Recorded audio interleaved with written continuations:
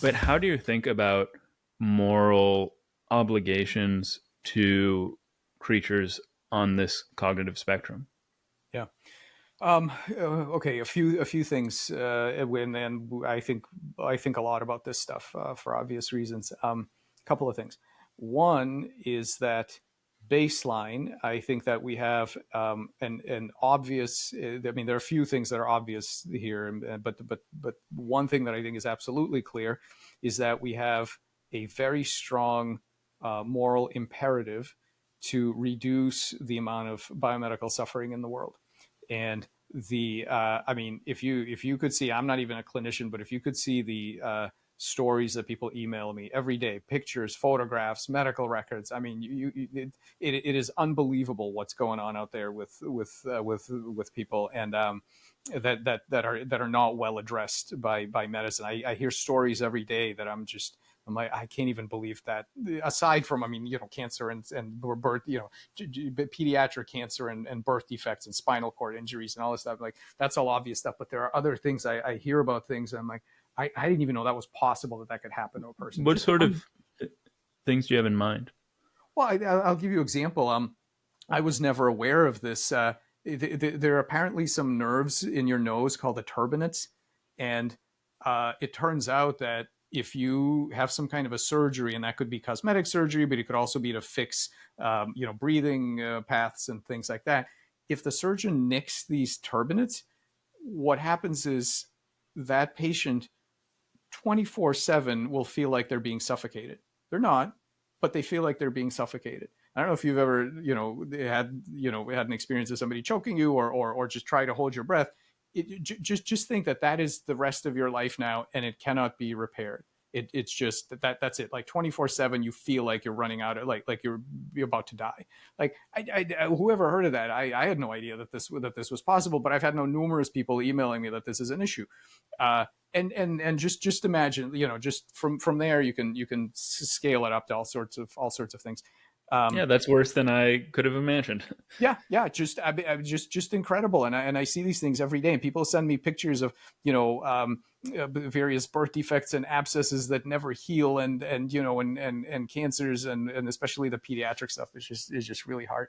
So look, the first thing that I think is super obvious, that I don't think there's any question about, is that it isn't a matter of, I mean, oftentimes when people ask about the ethics of this, they have this background assumption that, okay, everything is fine, and that what I want you scientists not to do is to screw it up so things get worse, right? Like don't screw it up, don't make scary things that are going to do things worse, because everything's cool now, don't make it worse.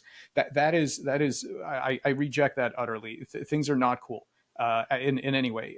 We live in a world in which many people have a terrible embodied experience, and it is not a matter of just hanging tight because we were somehow created in this natural, optimal way. We were not. Evolution sort of dropped us off at this. We're susceptible to all kinds of dumb diseases and injuries and things that are completely unnecessary, and it is our responsibility, those of us who have any ability to try to impact this.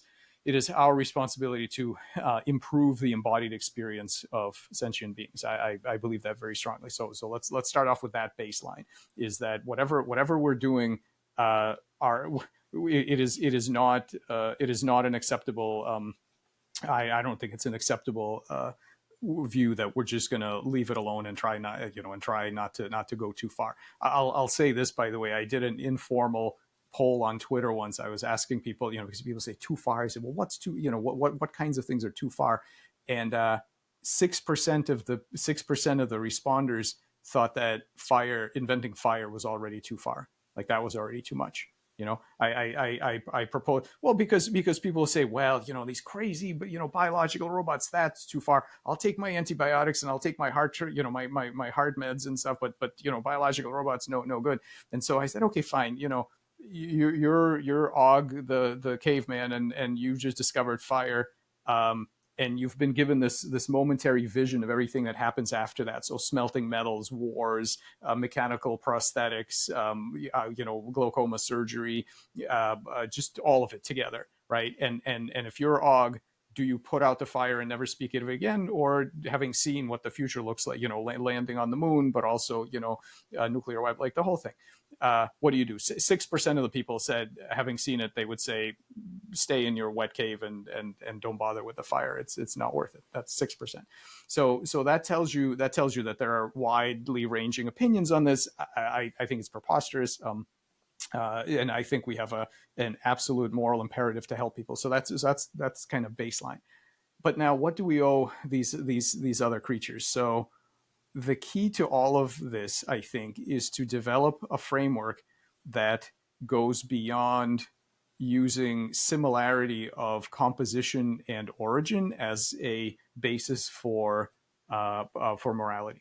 We as humans, and maybe it's inevitable because of evolution, I'm not sure, but we as humans are very good at picking in groups and out groups and tightening that in group as much as possible. So first of all, just me, and maybe my family and my kin, and then maybe people who kind of look like me in various ways, right? And everybody else, whatever, right? That's natural. That comes very naturally to us.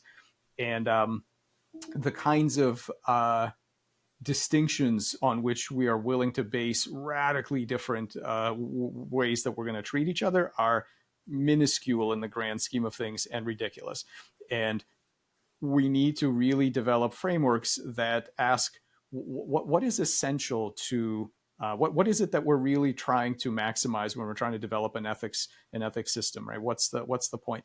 And I think part of it is being able to recognize other morally important beings in very novel embodiments. And so I actually like this, and I'm not strictly speaking a Buddhist, but I like the Buddhist version of this, which talks about the importance of parallel increases of wisdom and compassion.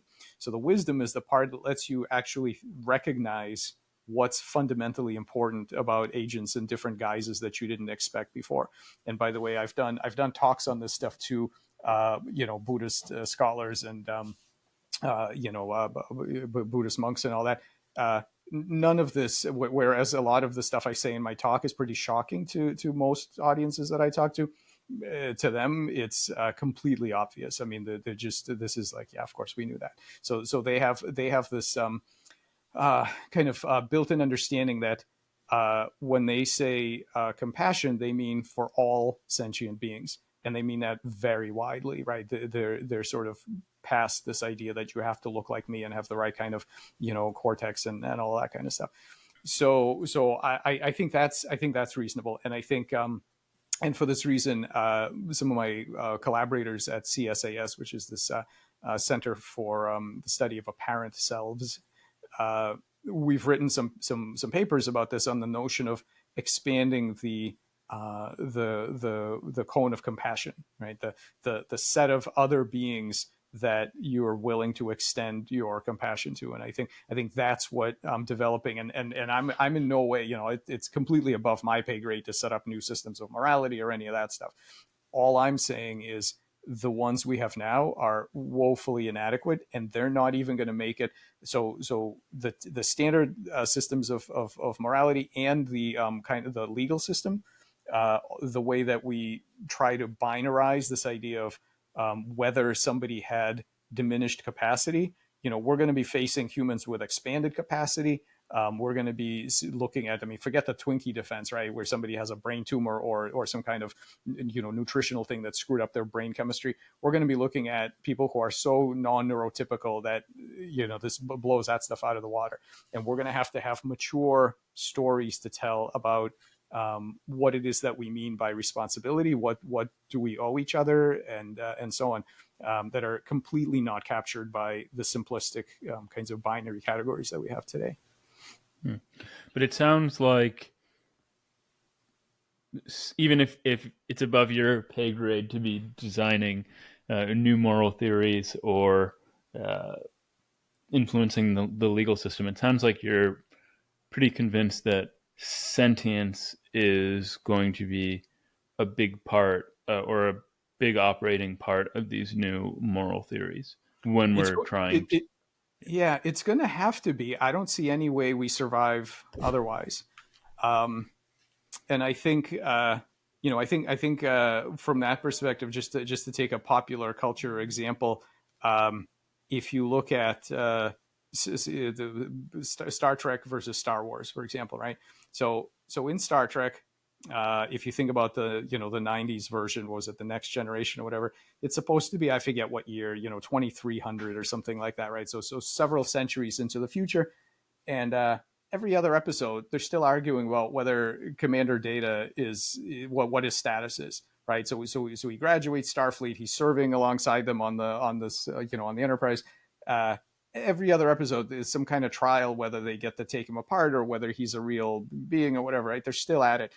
If they haven't, if we haven't figured this out properly in the next few decades, there's no way we're making it to 2300. I think that's completely ridiculous, and that they're still wrangling over this. And the opposite, what I really like, is the cantina scene from Star Wars, from the original Star Wars, where you pull back and you sort of see every kind of alien, every kind of droid, from the simple little things that are sort of driving drinks around to the C-3PO that they're all friends and all this.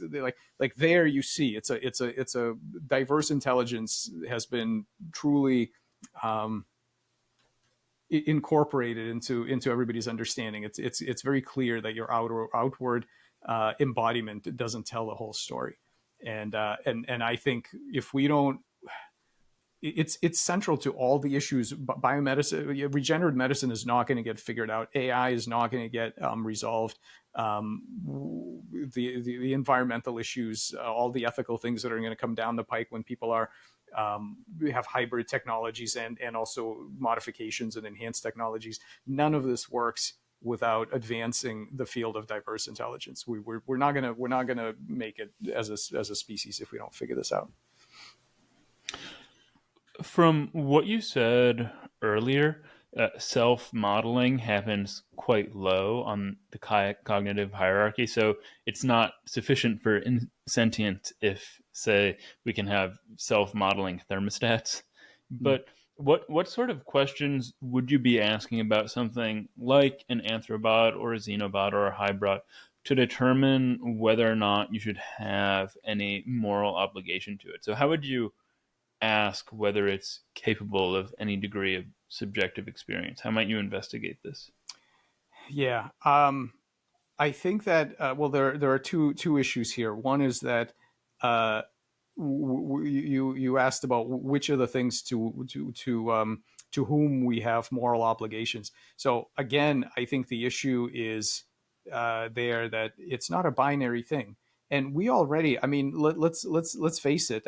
People will often complain that you should be nicer to these Xenobots and not do experiments on them. Well, maybe, but let's tackle factory farming of mammals first, right? Like we are already wildly inconsistent with how we handle this. We know for a fact that pigs are smart. We know for a fact that they can suffer like us. Um, why do we still have factory farming? It's I think it's outrageous. But most of the people who will write to me about frog skin derived biobots are not vegetarians. They haven't spent any time boycotting, the factory farming system. So we're already wildly inconsistent as a society about how we treat various beings. So I'm not naive in thinking that once we understand that mind spreads widely, we're suddenly going to be behave appropriately towards all of its kind of instances. We still have a lot of work to do, but it's a critical start. And I think if it's not binary, the point is there's going to be some proportionality to it. So, do I think that simple kinds of living things have a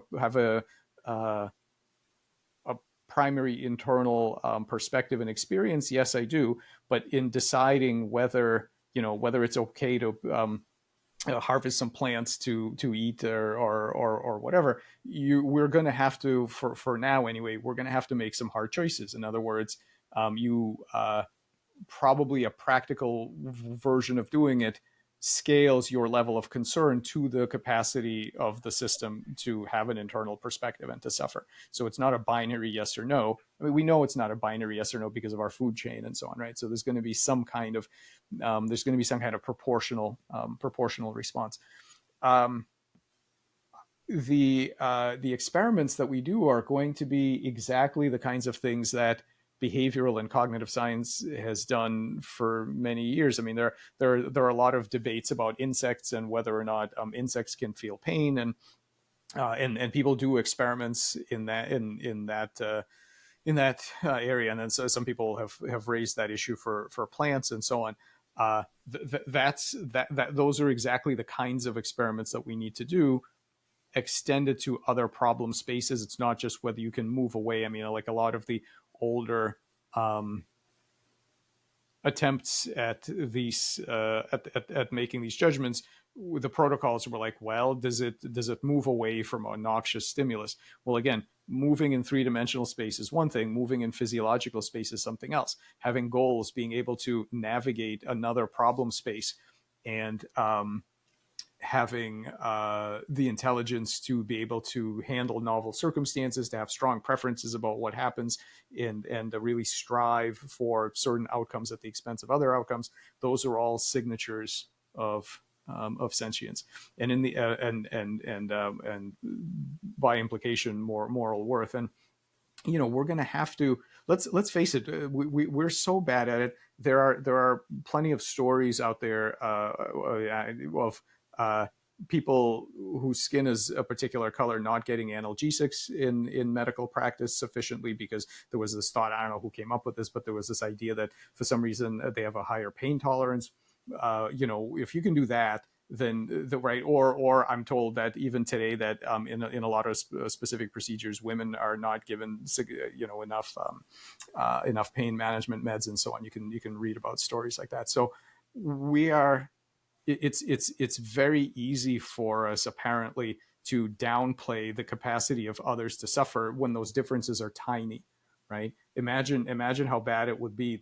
That's the kind of, that we're apparently make those kind of mistakes based on skin color and sex, sex characteristics. Imagine how bad we're going to be when something really doesn't look like us and really had a different origin story. So that's the sort of thing I think we should be working hard to avoid.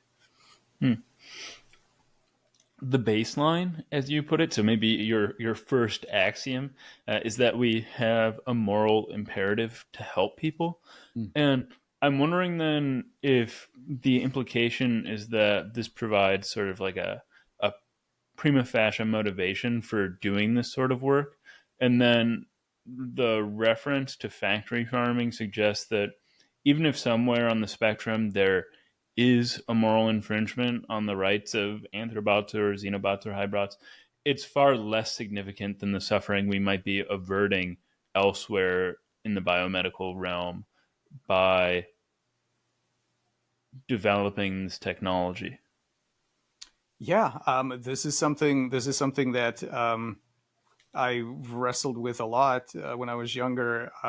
Doing experiments in biology means that you're going to be perturbing living systems, right, at different scales. That's just what it means. And so the question is, do we think that the eventual outcome is worth it? In the cases that I'm involved in, I've decided that yes, it's absolutely worth it. And people, I get emails and phone calls from people in various who have made various other decisions. So for example, some people will call and say, "How dare you do experiments in frogs?" And my guess is that the vast majority of these people, if they were sick or if their kids were sick, would immediately head to the hospital and hope that somebody had figured things out. I usually tell these people to go down to the pediatric oncology ward in their neighboring city and spend, but probably doesn't take more than 20 minutes of that before you stop writing letters like that. But I've only met one person that I truly believed that when she said, she would not, she didn't want me to do, or anybody in the scientific community to do experiments with biological beings, and she would not take her child to the doctor if they needed it.